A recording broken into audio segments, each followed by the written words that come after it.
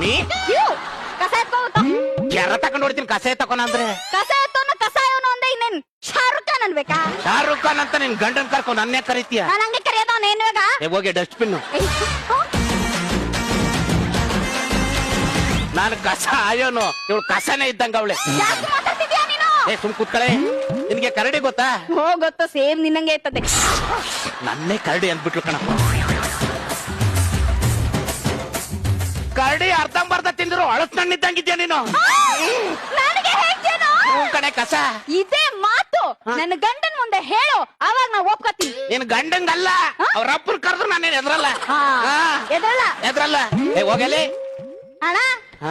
ಬಾ ಎಲ್ಲೋ ನಿಮಿಷ. ಅಣ್ಣಂದ ಹತ್ರ ಕರಿತಾವಳೆ. ಏನಮ್ಮ